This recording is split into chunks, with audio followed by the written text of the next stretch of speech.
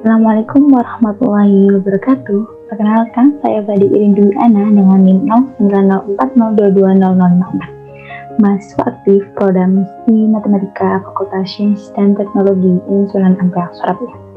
Di video kali ini, saya akan menjelaskan tentang menganalisis data yang diambil dari BPS dengan metode regresi linier berbeda menggunakan software R. Data yang saya ambil yaitu data tentang penampangan, di mana judulnya saya buat yaitu pengaruh luas panen, produktivitas, produksi padi terhadap rata-rata luas lahan yang dikuasai rumah tangga usaha pertanian di Jawa Timur pada tahun 2019. Baik, langsung saja berikut langkah-langkahnya. Yang pertama, yang sudah saya sudah mendownload data dari BPS, yaitu Badan Pusat Statistika di Jawa Timur, yang saya jadikan judul tersebut yang saya sebutkan tadi. Datanya berupa Excel, sehingga saya mengambil untuk variabel independennya 3 variabel, yaitu X1, X2, X3. Untuk X1 sendiri yaitu luas panen, X2 yaitu produktivitas, dan X3 yaitu produksi padi. Dan untuk variabel Y itu untuk rata-ratanya.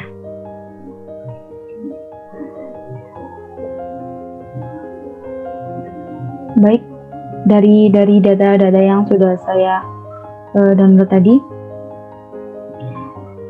ini sudah saya coding untuk data frame-nya di data Excel untuk inputan datanya.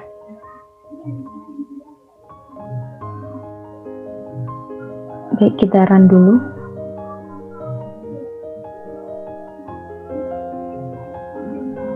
Nah, ini untuk data-datanya. Untuk data-datanya semua judul tersebut yang sudah saya inputkan. Lalu kita yang pertama yaitu menganalisis statistika deskriptif setiap variabel. Untuk variabel X1, X2, X3 maupun Y gitu. Untuk mencari rata-rata setiap variabel yaitu dengan main, terus buka kurung variabel yang kita akan teliti, yaitu yang pertama variabel Y dulu, lalu kita run dan selanjutnya juga seperti itu mengikuti X1, X2, X3. Kita run dulu. Nah, ini udah ketemu untuk data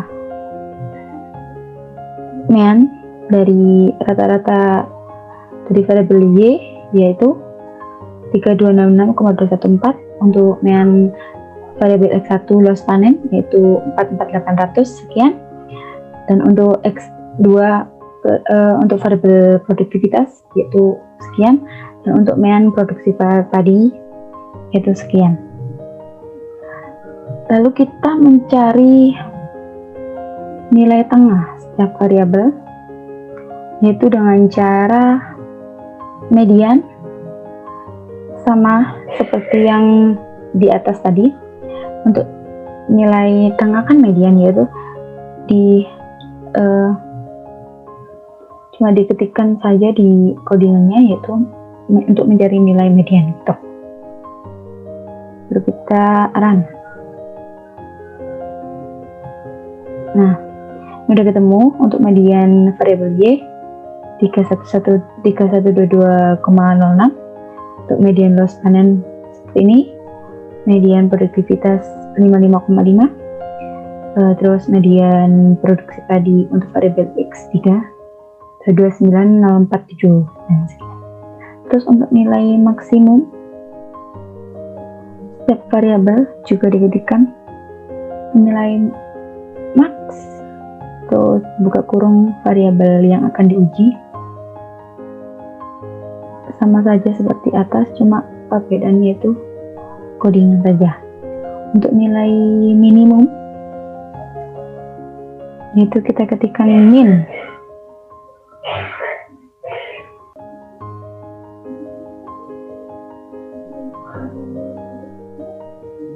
dan ini hasil nilai maksimum dan minimumnya setiap variabel. Sudah terlihat ya.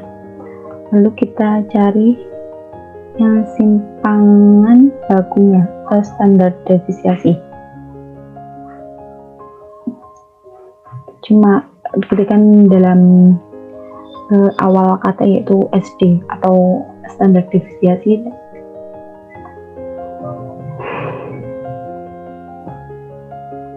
Sudah terlihat ya, ini nilai-nilai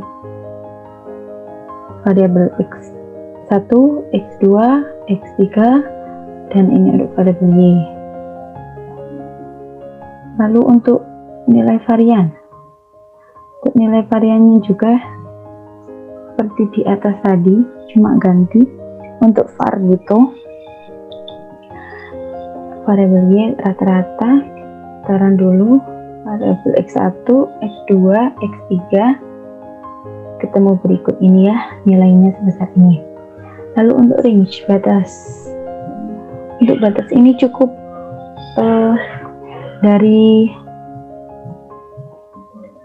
terlihat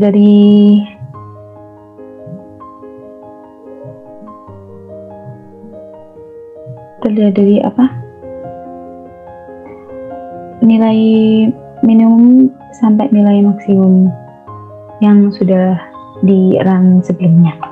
Lalu kita cari data interkuartilnya, ini dengan disingkat dengan IQR gitu. Lalu kita run juga, ketemu ini nilainya. Terus kita cari data kuartil.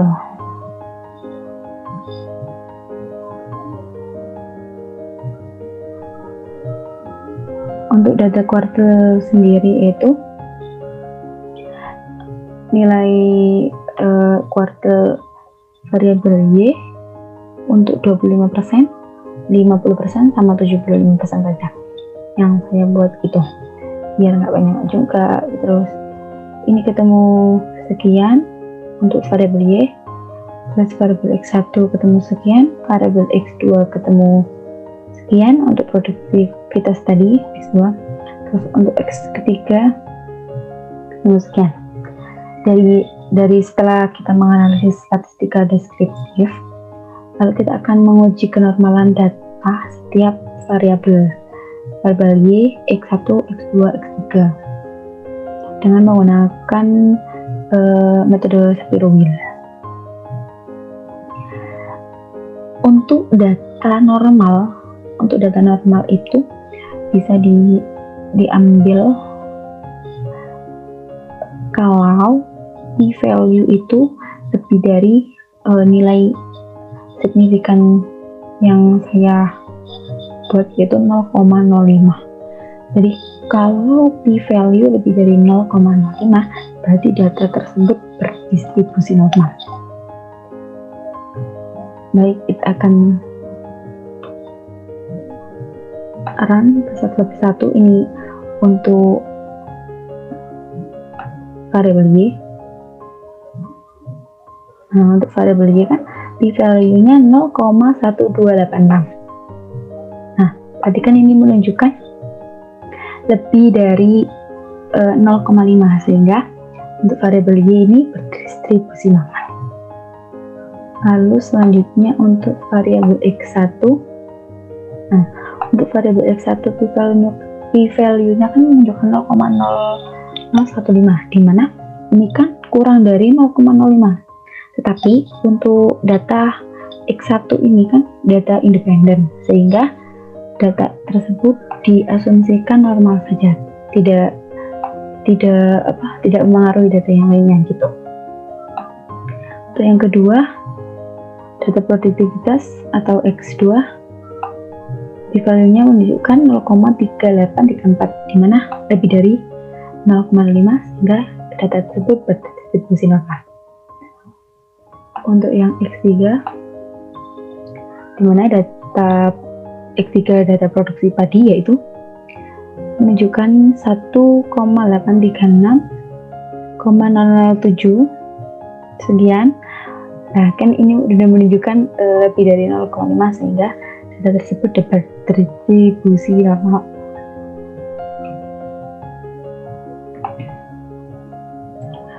Untuk selanjutnya kita akan meneliti visualisasi scatter plot terhadap data-data yang sudah berdistribusi normal ataupun diasumsikan normal tadi. Terlebih dahulu kita harus menginstal package ggplot 2 ini untuk RStudio versi 4.1.2. Kalau RStudio belum sampai 4.1.2, berarti harus diupdate terlebih dahulu agar bisa menginstal package ggplot 2. Baik, untuk ggplot untuk X1 dengan Y bisa dilihat di gambar berikut.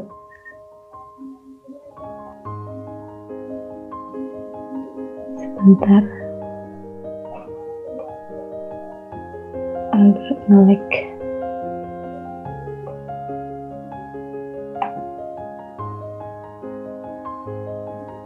Nah, ini untuk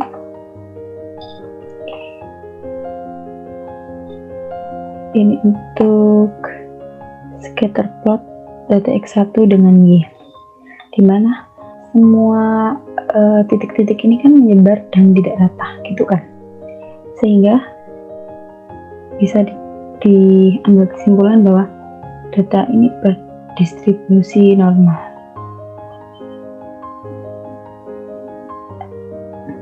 Untuk yang X2 yaitu gambarnya seperti ini scatter plotnya. Nah, untuk scatter plot ini kan datanya menyebar ya, untuk produktivitas X2 dengan variabel Y menampakkan titik-titik yang menyebar secara acak dan tidak ada pola yang jelas terbentuk ya. Data dalam penyebaran titik-titik ini menyebar di bawah dan di atas 0 dan variabel Y, sehingga mengidentifikasikan tidak terjadinya heteroscedasticity pada model regresi, sehingga model regresi layak dipakai untuk memprediksi variabel. Yang pertama juga seperti itu ya, kalau tidak titiknya itu tidak menyebar atau tidak mengikuti garis ini, berarti data tersebut layak untuk diuji untuk selanjutnya gitu. Untuk yang X3 juga seperti ini untuk variabel X3 dengan Y.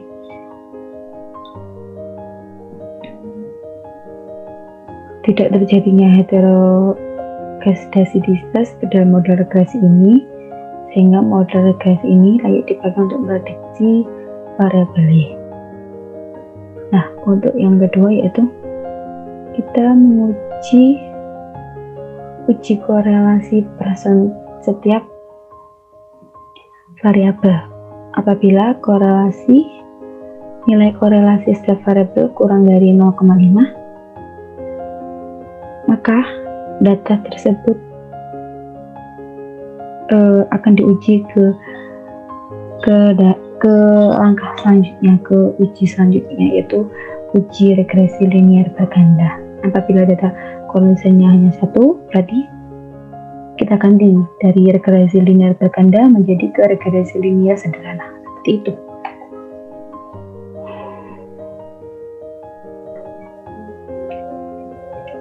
Untuk uji korelasi sendiri,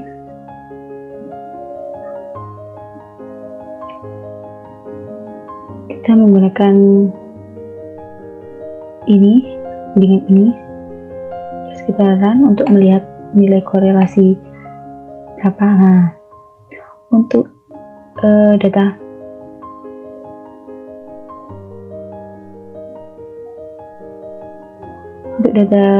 luas balan sendiri atau variabel X1 dengan variabel Y, itu menunjukkan p-value-nya 0,0004.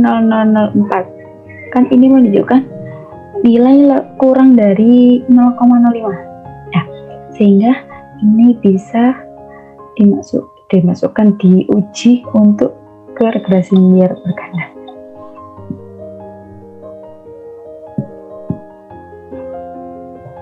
Untuk variabel X2 produktivitas yaitu menunjukkan p-value-nya 0,833. Nah, ini kan berarti lebih dari 0,05 ya. Jadi ini tidak termasuk atau tidak akan diuji ke regresi linear berganda tadi. Dan untuk variabel X3 menunjukkan 0,05297. Ini juga menunjukkan lebih dari 0,05, sehingga yang hanya diuji regresi linear bergandanya cuma satu data. Kan regresi linear berganda kan harus menguji melebihi 2 variabel gitu. Tapi yang korelasi pada data ini, data yang saya ambil cuma 1 variabel saja yang menunjukkan korelasi, sehingga dari regresi linear berganda akan digantikan dengan regresi linear sederhana. Seperti itu. Untuk visualisasi korelasi yang tadi saya sebutin nilai-nilainya, yaitu menginstal dulu package GGPUBR untuk bisa melihat korelasinya. Baik, kita run agar bisa muncul gambar korelasinya.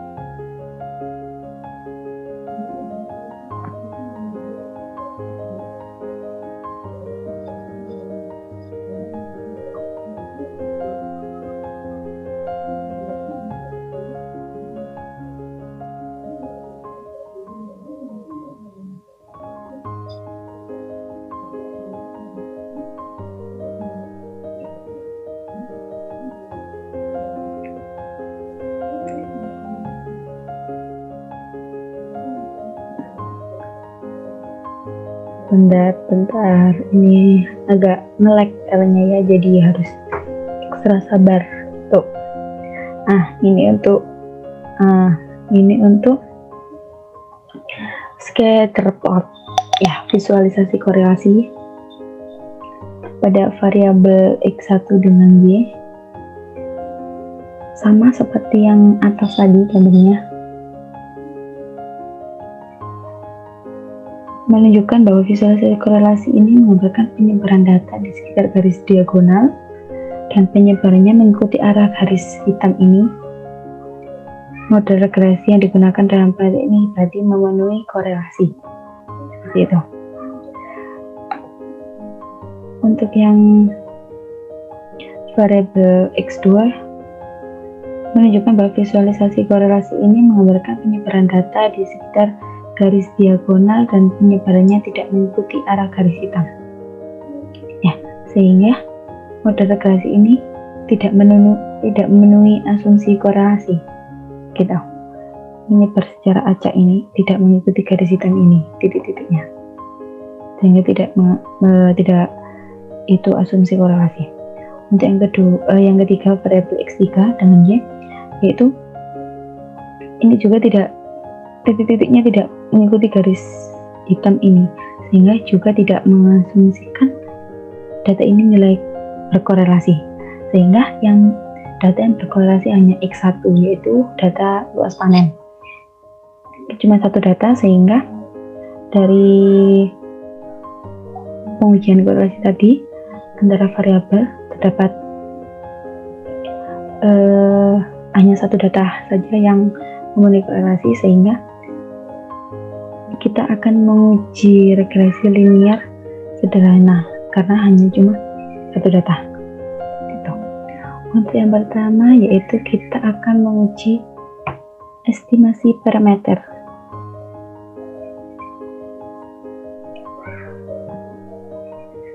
Untuk estimasi parameter sendiri, yaitu yang pertama harus menginstal package char gitu. Lalu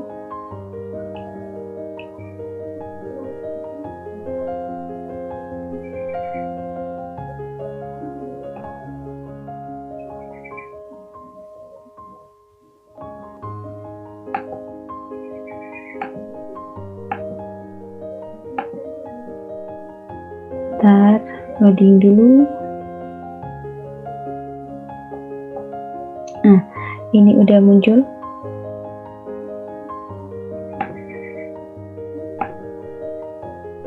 Nah, ini untuk nilai estimasi parameternya. Ini 2,663 sama 1,414. Berdasarkan nilai estimasi ini didapatkan regresi linear sederhana, yaitu persamaannya ini ya.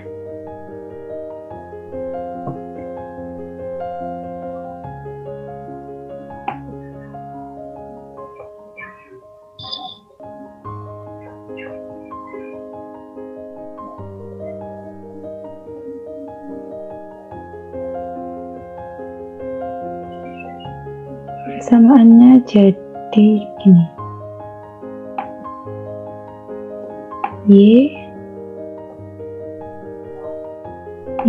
gini, Y sama dengan nilai 2,633 sekian ditambah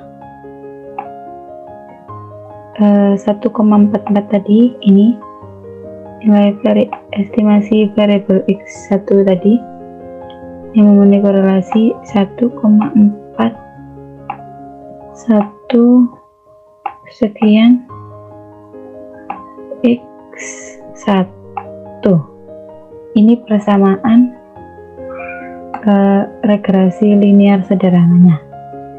Maaf kalau tulisannya agak mencong-mencong gitu ya, oke, yang penting sudah jelas. Lalu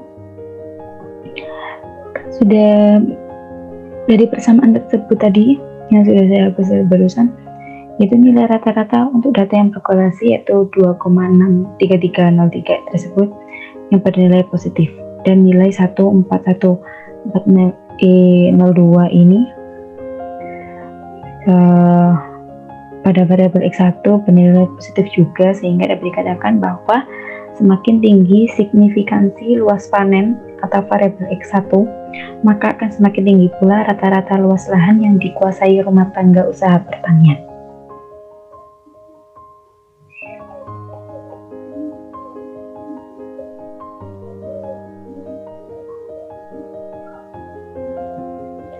Lalu sebentar,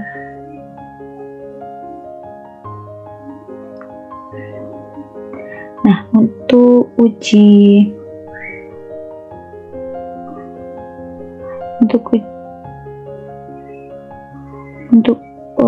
T, yaitu menguji koefisien regresi berganda parsial, yang dapat dilihat ini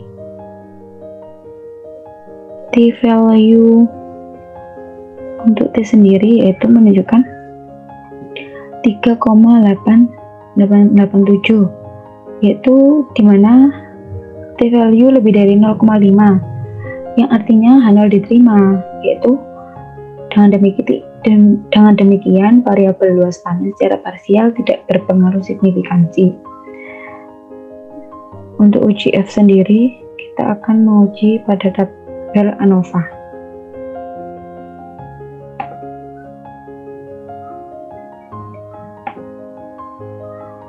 Nah, ini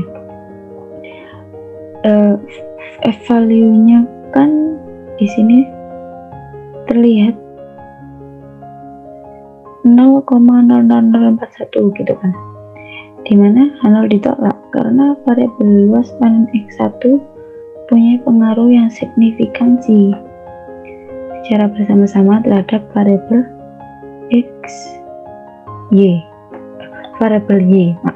rata-rata luas panen gitu kan, ini lebih kurang dari 0,05.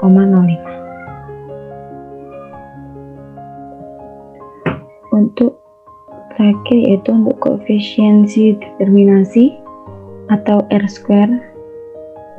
Nah, untuk R-square sendiri menunjukkan nilai 0,2957, dimana diartikan bahwa sebesar 29,5% keragaman dari rata-rata luas lahan atau X1 yang dikuasai rumah tangga dari rata-rata luas lahan yang dikuasai rumah tangga usaha pertanian dapat dijelaskan oleh luas panen X1, sedangkan sisanya diterangkan oleh faktor yang lain yang tidak diteliti atau yang tidak dianalisis tadi. Untuk selanjutnya yaitu untuk uji asumsi residual identik.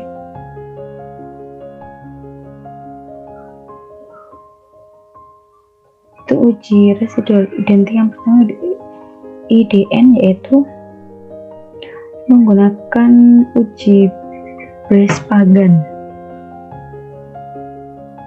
dimana langkah yang pertama yaitu harus uji install package LM test dulu. Nah, di sini udah terlihat nilainya, yaitu p-value ketemu 0,6593, dimana lebih dari nilai signifikansi kita yaitu 0,05, sehingga mengindikasikan penerimaan H0. Dapat disimpulkan bahwa tidak terjadi heterogeneisitas pada ragam error tersebut. Untuk uji yang kedua yaitu untuk uji residual independen, yaitu menggunakan Durbin-Watson. Nah, dimana p-value-nya kan 0,2469, terus nilai DW-nya, nilai Durbin-Watson-nya kan 1,8209. Lah, untuk uji Durbin-Watson diperoleh DW-nya kan ini. Terus kalau berdasarkan tabel Durbin-Watson yang derajat kepercayaannya 0,05, banyak sampel yang kita ujikan tadi 34 provinsi ya, 34 kabupaten kota di Provinsi Jawa Timur. Terus banyaknya variabel kan ada 3, yaitu X1, X2, X3 yang luas panen, terus produktivitas sama produksi padi. Diperoleh DL-nya atau Durbin lower-nya itu 1,07 menurut tabel Durbin-Watson.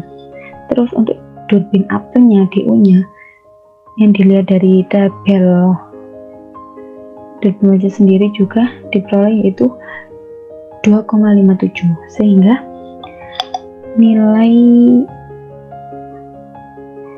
DU kurang dari nilai DW kurang dari 4 dikurangi DU, sehingga maka tidak terdapat autokorelasi positif dan negatif dalam model tersebut. Dan selanjutnya untuk ujian terakhir yaitu uji kenormalan data yang berkorelasi tadi, yaitu dengan pertama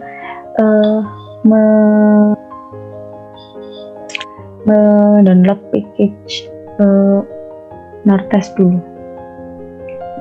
Nah, untuk mendownloadnya harus terinstall final juga ya.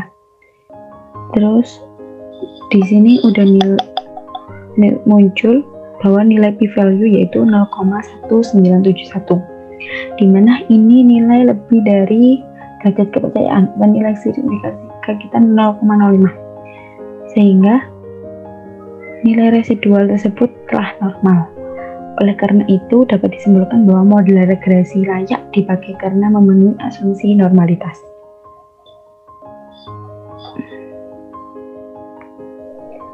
Baik, untuk semua data yang kami uji tadi, yang saya uji tadi, bisa diambil kesimpulan bahwasanya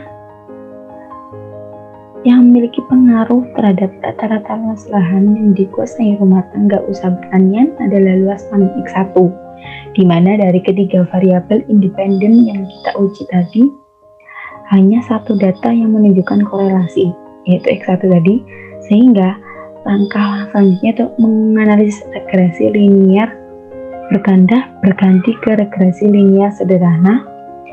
Dengan itu, pada uji regresi linear sederhana diperoleh persamaan yang tadi yaitu Y sama dengan 2, nilai estimasi parameternya 2,633, sekian ditambah nilai untuk variabel X1 yaitu 1,414, sekian tambah X1 gitu.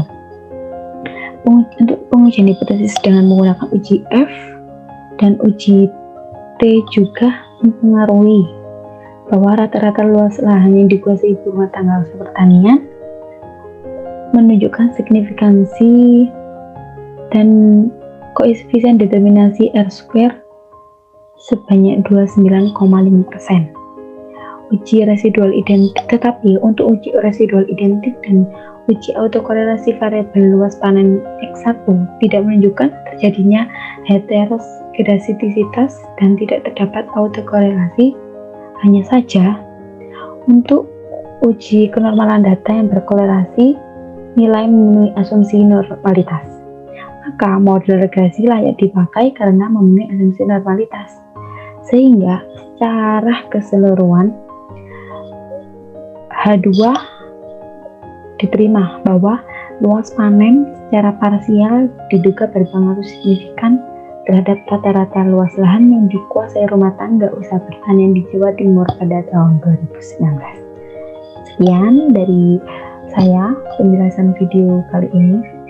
Apabila kurang lancar atau berbelit-belit, mohon dimaafkan, harap maklum, karena manusia tak luput dari kesalahan.